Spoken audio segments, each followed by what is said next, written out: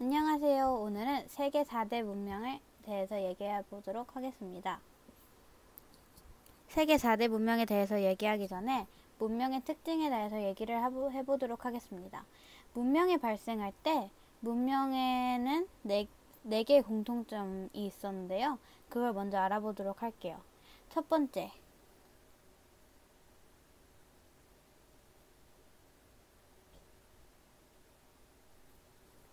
문명은 다 큰 강 주변에서 일어났습니다. 두 번째,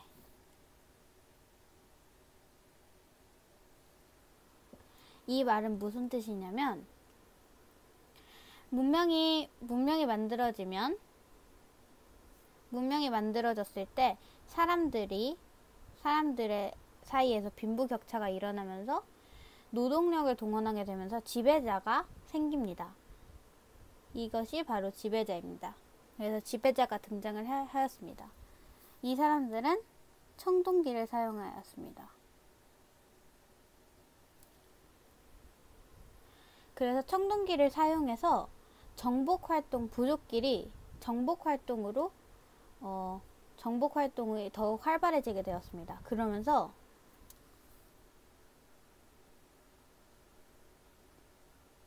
정복 활동으로 인해 도시국가가 생기게 됩니다. 도시국가는 지배자를 중심으로 통치 조직을 갖추면서 성장을 하게 되고요. 세금 징수와 교역 내용을 기록을 하기 위해 문자를 만들어서 사용을 하였습니다. 그래서 문자가 있고요. 하나 더 얘기를 할게요. 다섯 번째는 신전과 궁전을 지었습니다. 건축물입니다. 그래서 신전과 궁전을 지었습니다. 문명의 공통점으로 정리를 하자면 큰 강 유역에서 발생했다. 정복 활동이나 빈부격차가 일어나면서 지배자가 등장을 하였고 청동기를 사용해서 지배 활동을 하였다. 그러면서 도시국가가 생겨나게 되었다. 도시국가는 세금 징수와 교역 내용을 기록하기 위해 문자를 만들었다. 그래서 건축물을 많이 지었다. 이렇게 신전과 궁전 이렇게 정리를 할 수 있습니다. 그래서 이렇게 문명의 단계에 들어가게 됩니다. 자, 이제 세계 4대 문명에 대해서 이야기를 해보도록 하겠습니다. 세계 4대 문명에는 첫 번째 메소포타미아 문명, 이집트 문명, 인도 문명, 중국 문명이 있습니다.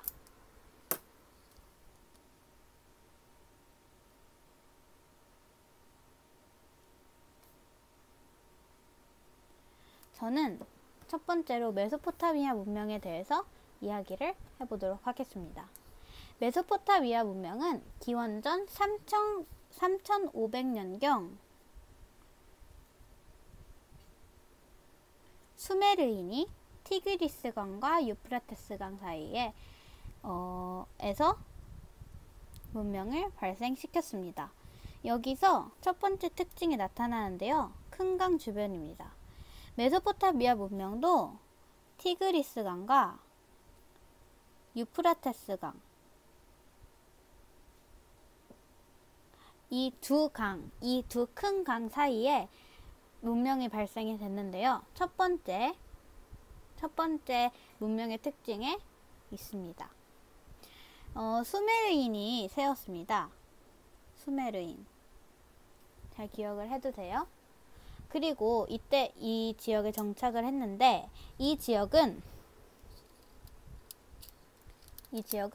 이렇게 땅이 있으면 강이 이렇게 두 개 흐르고 있었습니다. 그래서 이 지역에 메소포타미아 문명이 생긴 것인데요. 이 지형이 초승달 같다고 해서 비옥한 초승달 지대라고 불리기도 하였습니다. 추가 배경 지식으로 알아두세요. 자, 이 수메르인은 청동기 문화를 바탕으로 도시국가를 건설을 했습니다. 세 번째 특징입니다. 그리고 수메르인 중에 지배자가 나타났겠죠? 그리고 왕은 신을 대신하는 존재로 백성을 통치하였습니다. 수메르인은 여기서 중요합니다. 수메르인은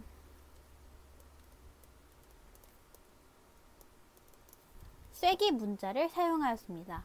이것은 쐐기 문자로 진흙판에 업적이나 제사에 대한 기록을 남겼다고 합니다. 쐐기 문자는 점토판에 이렇게 막대기로 선을 찍어서 문자를 만든 것을 말합니다. 메소포타미아 지역은 아주 큰 특징이 있습니다.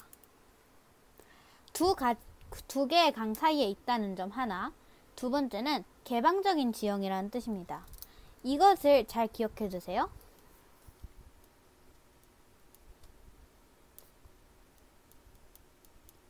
이 지도를 보시면 뻥 뚫린 것을 알 수가 있습니다.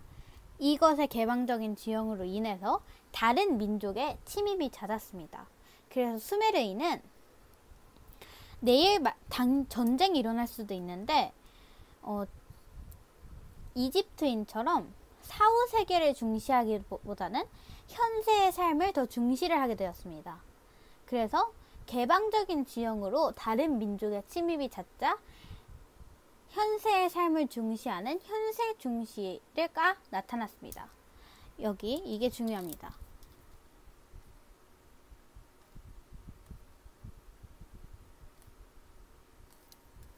메소포타미아 지역은 수메르인이 세웠잖아요. 그런데 다른 민족의 침입으로 쇠퇴를 하였습니다.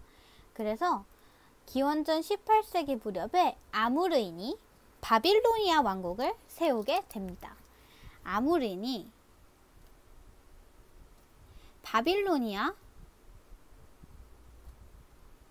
바빌로니아를 세우게 됩니다. 거기서 제일 진짜 중요한 왕이 있는데요. 한 번쯤 들어봤을 거라고 저는 생각합니다. 바로 함무라비 왕인데요. 이 함무라비 왕은 함무라비 법전을 편찬을 하였습니다.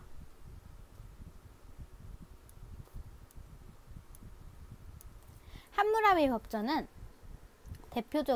대표적으로 복수법이라는 특징이 있는데요. 함무라비 법은 눈에는 눈, 이에는 이 이런 법으로 잘못을 했으면 똑같이 되갚아주는 복수법이었습니다. 하지만 이 함무라비 법은 약간의 차별이 있었는데요. 귀족과 노예에게 차별화를 해서 법을 적용을 했다고 합니다. 근데 바빌로니아 왕국은 기원전 16세기에 히타이트인에게 멸망을 하고 맙니다.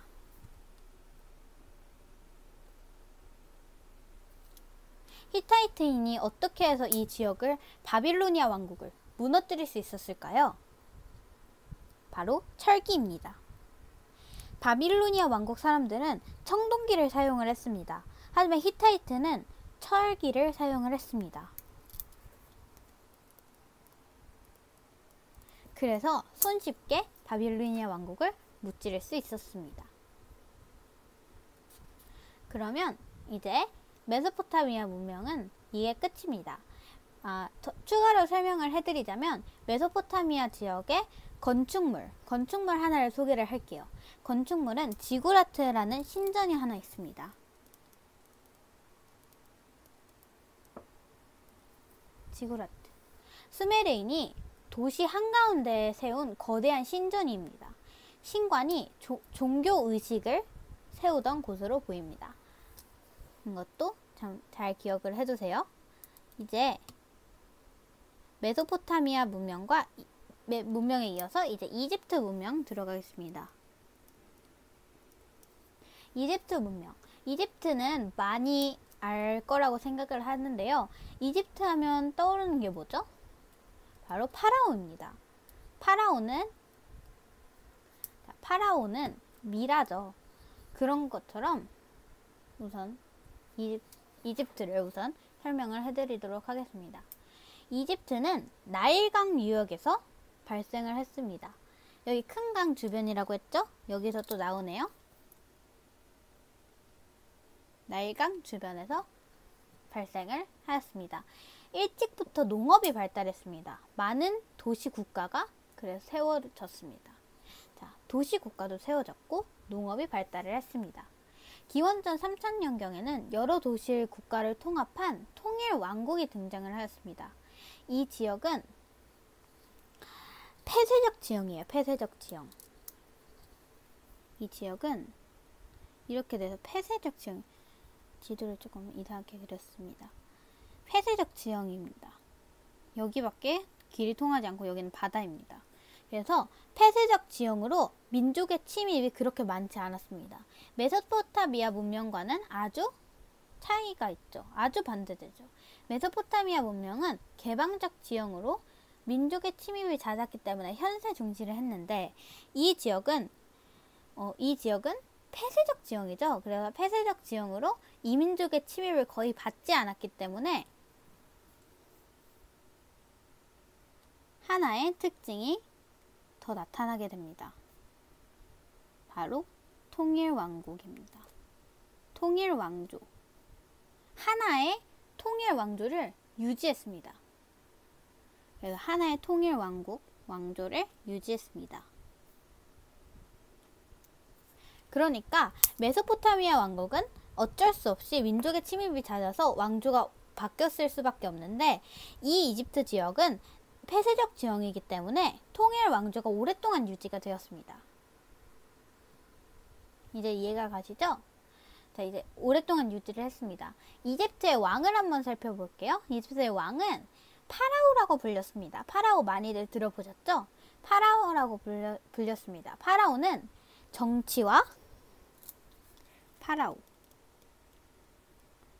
정치하고 종교를 독점을 했다고 보시면 됩니다. 절대 권력을 행사했습니다.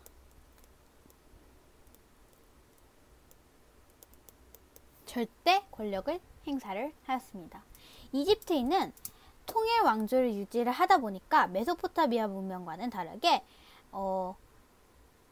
죽은 뒤의 세계, 사후세계를 믿게 됩니다. 그래서 사후세계를 믿어서 제일 큰 특징이 미라를 만들었다는 겁니다. 미라 아시죠? 미라를 만들었습니다. 이 미라를 만들었습니다. 그리고 피라미드를 만들었습니다. 피라미드 뭔지 다들 다 아시죠? 피라미드는 이렇게 생긴 거 있잖아요. 피라미드. 이거 있잖아요. 이게 바로 피라미드인데 이 안에 이거는 무덤이죠. 다 아시죠? 이건 무덤입니다. 그래서 상형 문자를 이용했습니다. 상형 문자. 메소포타미아 지역은 세기 문자였죠. 여기는 상형 문자입니다. 상형 문자입니다. 파피루스에 죽은 사람들을 위한 사자의 서를 같이 묻었습니다. 사자의 서. 이것도 중요한데요. 사자의 서는 죽은 사람을 위한 안내도라고 보시면 됩니다. 사후세계를 갈 때 안내도라고 보시면 됩니다. 그래서 사자의 서를 작성하여 함께 묻었다고 합니다. 이집트에서는 나일강의 범람이 아주 잦았는데 나일강의 범람을 예측하기 위한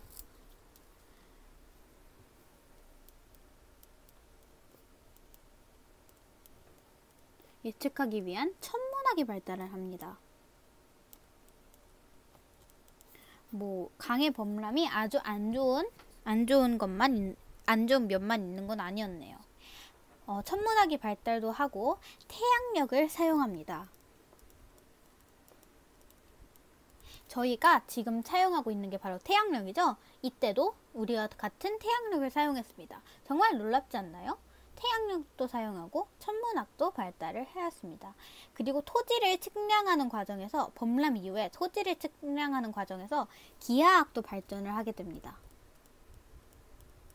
기하학도 발전을 하게 되고 측량술도 발전을 하게 됩니다.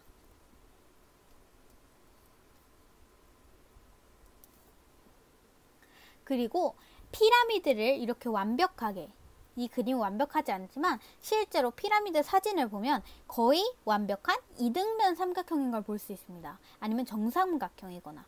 그래서 이거를 완전 완벽하게 대칭으로 만들기 위해서 수학적 지식도 필요했겠죠. 그래서 수학도 발전을 하게 돼요.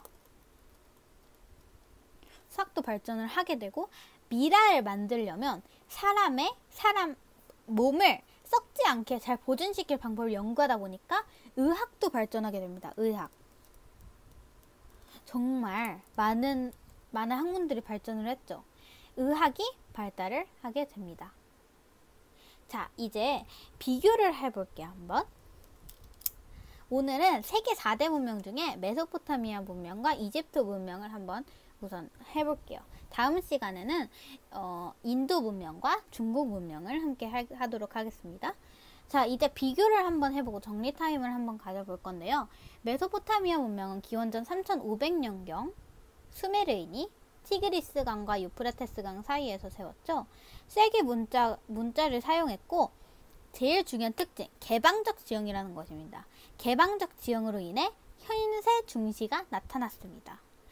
그리고 수메르인이 개방적 지형으로 인해 다른 민족의 침입을 많이 받아서 수메르인이 쇠퇴했을 때 아무르인이 바빌로니아 왕국을 수메르인을 밀어내고 세우게 됩니다.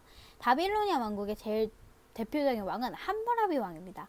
함무라비 왕은 함무라비 법전이죠. 함무라비 법전은 복수법이었습니다. 복수법이었죠. 그런데 아무르인도 나중에 히타이트인, 철기를 가진 히타이트인한 게 멸망을 당하게 됩니다. 지게 됩니다. 그래서 히타이트인이 최종 이기게 되고요. 그리고 대표적인 건축물로는 지구라트 신전이 있습니다. 종교의식을 지내던 곳, 신관이 종교의식을 지내던 신전이라고 보시면 됩니다. 그리고 이집트가 있는데요. 이집트는 나일강 유역에서 발생을 했죠. 폐쇄적 지형이기 때문에 통일 왕조를 유지하게 됩니다. 그래서 사후세계를 믿게 되죠. 이 이집트의 왕은 파라오라고 불리던 사람이었는데요. 파라오라고 불리고 태양신의 아들로 숭배가 되었다고 합니다. 정치와 종교를 장악하고 절대 권력을 펼쳤죠. 상형문자가 발전했고, 상형문자로 죽은 사람의 지도, 안내서라고 보시면 되는 사자의 서를 썼다고 합니다. 그래서 같이 묻었죠. 그래서 나일강이 많이 범람했다고 하죠. 그리고 천문학도 발전하게 되고, 태양력도 사용하고, 기하학도 발전을 하고, 범람을 했을 때 땅의 토지를 측정하기 위해 기하학과 측량술이 발전을 하고, 그 다음에 피라미드를 만들 때 사용한 수학도 발전을 하게 하고, 파라오와 미라를 만들 때 의학도 발전을 하게 됩니다. 자, 이제 비교를 한번 해볼게요. 메소포타미아 지역은 개방적 지형이죠. 하지만 이집트 지형을 보면 폐쇄적 지형입니다. 그래서 아주 상반되는 특징을 지니는데요. 메소포타미아 지역은 현세 중시이고, 이집트 문명은 사후 세계를 믿었고 중시를 했습니다. 자, 이제 뭐가 특징인지 아셨나요? 되게 상반되는 특징을 가지고 있던 두 문명이었습니다. 자, 이제 두 문명 정리 잘 하시고 이제 잘 기억을 해주세요. 그러면 저는 다음 시간에 인도 문명과 중국 문명으로 돌아오겠습니다.